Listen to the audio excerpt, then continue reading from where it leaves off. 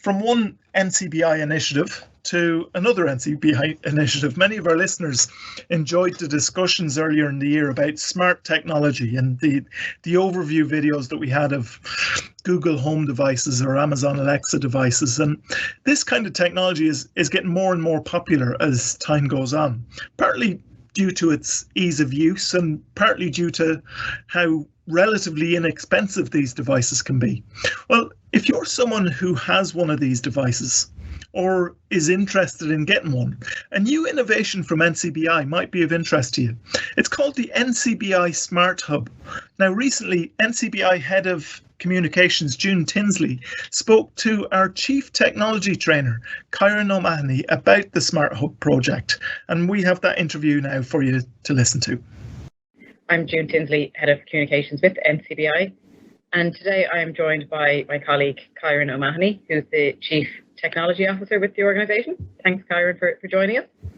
Thanks, June. Good to be here. Good. Today's discussion really is quite an exciting development for NCBI because we've been recently awarded funding through Rethink Ireland in the space of the whole innovation for technology for people who are blind and visually impaired. And it certainly supports our belief that technology is such an enabler, and it's certainly an investment that we certainly welcome. So, Kyron, would you mind explaining to us exactly what the funding will achieve for the organisation and for people who are blind and visually impaired? Yes, no problem, June. I think this one, as you said, is a hugely exciting project for the NCBI. As you mentioned, technology is the key enabler for people with sight loss, and that's kind of been the mantra of my team. One of the things since I've joined is that I've noticed quite a lot of usage of smart devices, so Amazon Alexas and Google Home devices, and they're hugely important for people with sight loss because they're accessible right out of the box. So I knew that there had to be a way to use those tools to provide access to NCBI services. So we've been working on an idea in the background called the NCBI Smart Hub that we'd love to have been able to build, but obviously, development is expensive. So we pitched that idea to Rethink Ireland around their Social Innovation Fund, and we were successful in obtaining funding to build out this Smart Hub. So really, at its core, I mean, it's hard to describe, but it's hugely exciting and hugely simple to use. So really what we're doing is we're going to build two things. We're going to build an NCBI Smart Hub, which is really a consolidation of information on sight loss. So, different types of that's readily available. We're going to curate that and add that to a single hub. And secondly, it'll allow people an ability to use their smart devices, so they can say, I'm not going to use the full kind of Alexa over and over because people's devices will start going off. But you can say, hey Google, or whatever the case may be, contact the NCBI. Or you can say, hey Alexa, tell me more about a specific, area of sight loss. Or something really, really as simple as, I need support from the NCBI. And what this technology will enable us to do is, via those smart speakers or smart devices, it will automatically give you access to the information that you need, or it'll allow you to interact with NCBI services. So throughout COVID-19, NCBI has been pivoting our service delivery model to a more virtual approach. But some of the feedback we get is that, there is a barrier to entry for technology for people with sight loss, particularly those who are unemployed or, might be still in education or, are retired. And technology can be expensive to procure. But one of the brilliant things about this project is, an Alexa or a Google Home, some of the cheapest versions of them are only about €40. And through purchasing such a cheap device will allow you to have access to the full suite of NCBI services and also additional information about your specific types of sight loss. So if I just remind you again of the example, so you pick up your Alexa or your Google Home, whichever is your preference, and you say something as simple as,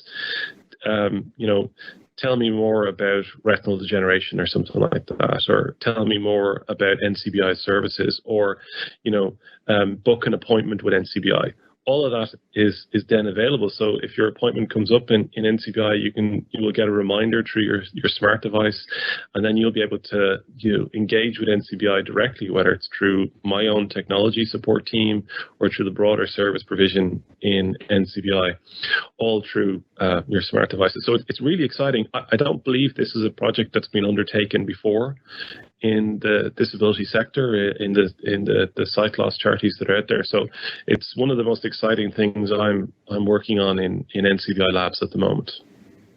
It certainly sounds truly innovative now, to be fair. And I suppose while there are many other different apps and gadgets out there for people who are blind or visually impaired to make their life simpler, the description you've given us there is that this hub is really specifically designed for their needs and marries very closely with what services we can offer them. Mm-hmm. Yeah, I mean, and that's really the beauty of this, is that through COVID-19, a lot of our services are now available virtually. So really, this is how can we make them very easily accessible to people with sight loss? Because you don't need to have purchased a smart device. You don't need to have purchased a laptop.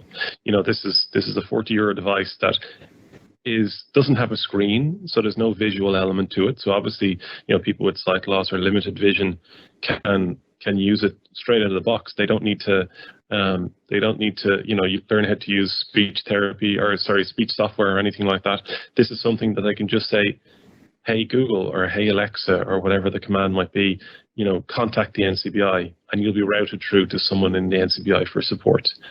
And I think for me, we're in a position where the NCBI wants to reach as many of the people of Ireland with sight loss, and this to me is just one more of the barriers to entry that this kind of technology removes. So it's a hugely powerful piece of software that will run on something as simple as a €40 Alexa, Amazon Alexa.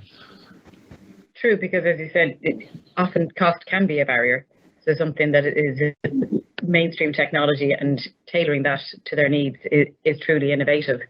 And I suppose, would it be available for people who use a smartphone, or is it not accessible that way? Yes, no, it will be. So I think because this is brand new technology and brand new for not only brand new for NCBI, but I believe it's brand new for the broader kind of disability sector as well. We still have to figure out a lot of the ways that we can implement it. So if you do have a smartphone and you have the Alexa app on it, yeah, it will absolutely work. If you've got the Google Home app on it, it will absolutely work through that as well. So and it should work on desktop, but we need to explore that a little bit more. I think the key for us now is, we have this available pool of money to get this built.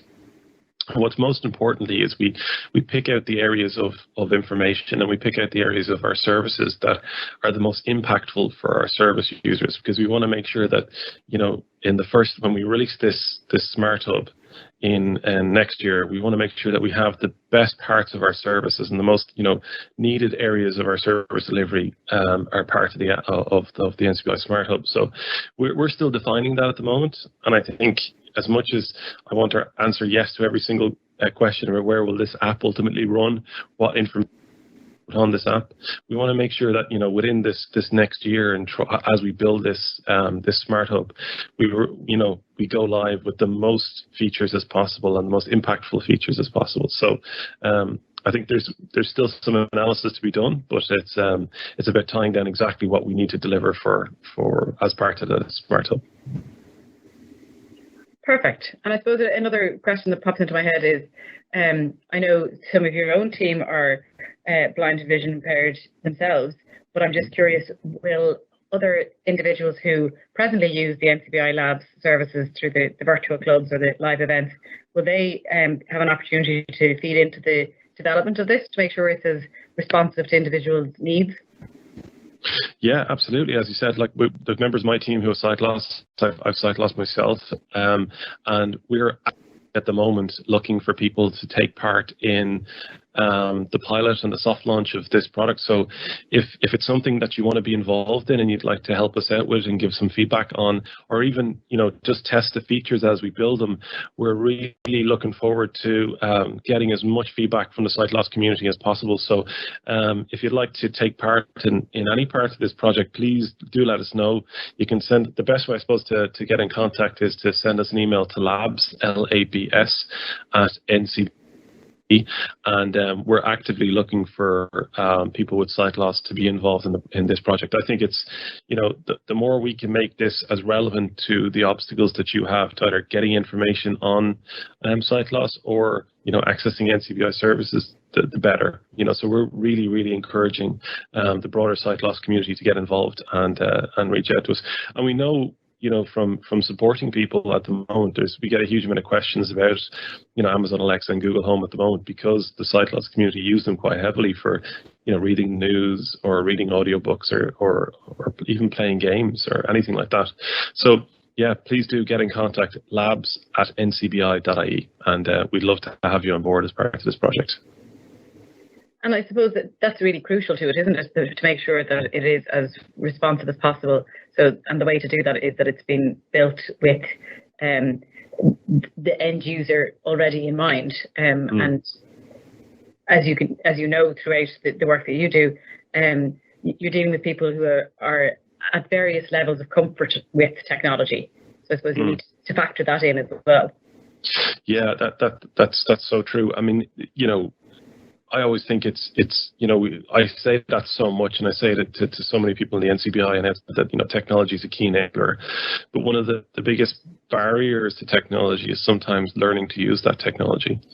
And we're finding more and more that mainstream technology, such as just a standard laptop or a standard smartphone, is what's being used. But that doesn't mean that if you get a laptop or you get a smart device that you instinctively know how to use that as someone with sight loss. So we spend, my team in particular, we're available for anyone that wants support using those devices. But the beauty of this project,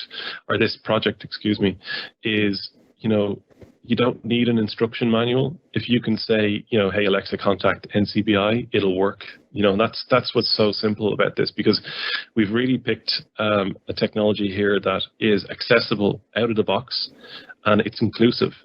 So if right from people who are very, very young, can use the device, to people who are very, very old. There's no technology great upskilling.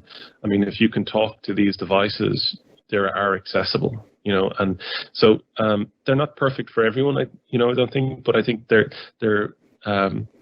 specifically for people with sight loss who, they don't have a screen, there's no visual component to it. So being able to just ask Alexa or ask Google for support, or, tell me more about a specific visual impairment or something, or to make an appointment or something like that, or remind me about my upcoming appointment with NCBI. All of that is inherently accessible and inclusive out of the box. And that's what we're trying to do as part of this project, is look at the technology that's the most impactful for people with sight loss and then innovate around it. And this is to me, this is the first time NCBI has moved into a space where we are listening to what our service users are telling us. They're telling us we love these devices because they're inclusive.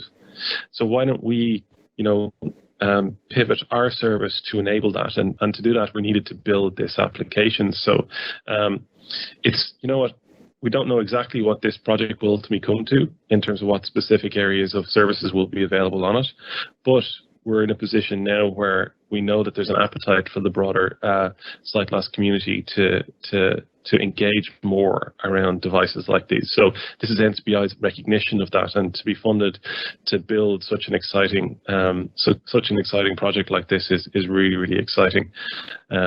So I think just to come back to your original question, the biggest and most empowering piece of smart technology like Alexa and Google Homes is that you don't need to be trained on it. You don't, after the initial setup, the training is non-existent, because you can ask it, tell me how to use this device, or how do I use the NCBI Smart Hub, and the device will then read it back to you and explain how to use it. So, it gives people huge independence, and that's so important, as the enabling piece. Because if you don't need to be trained on a device, and you don't need to have, come into NCBI and for us to train you on it, you can do all that yourself. That's incredibly empowering.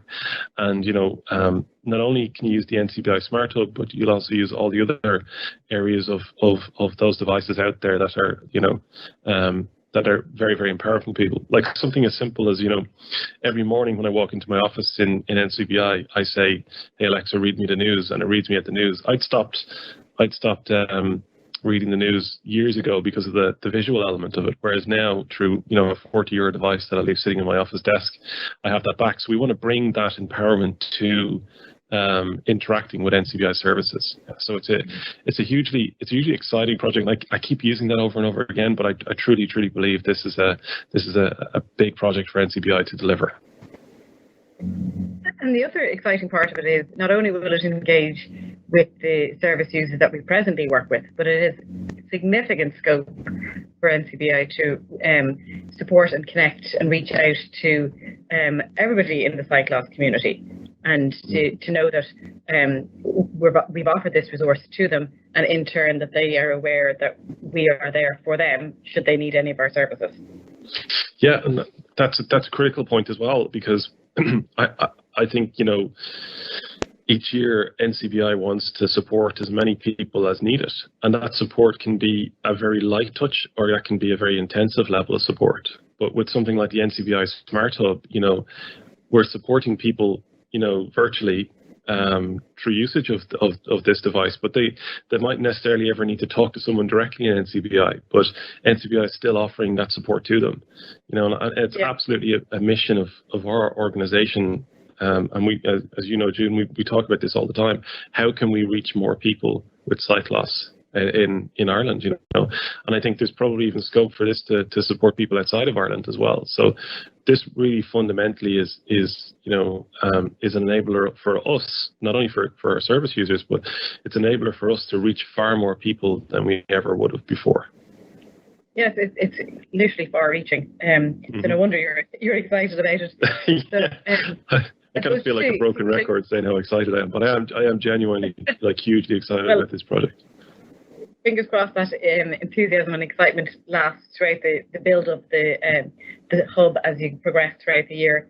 So just to conclude, remind us when will it be available, do you think?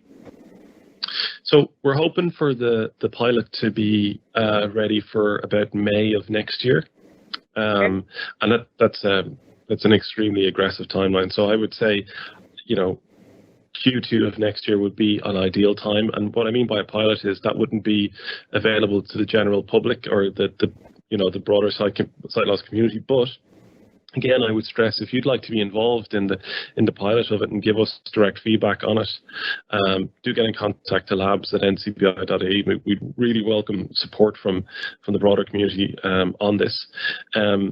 We expect to be fully, so that's the soft launch in May of next year. We expect it to be fully live by September of next year.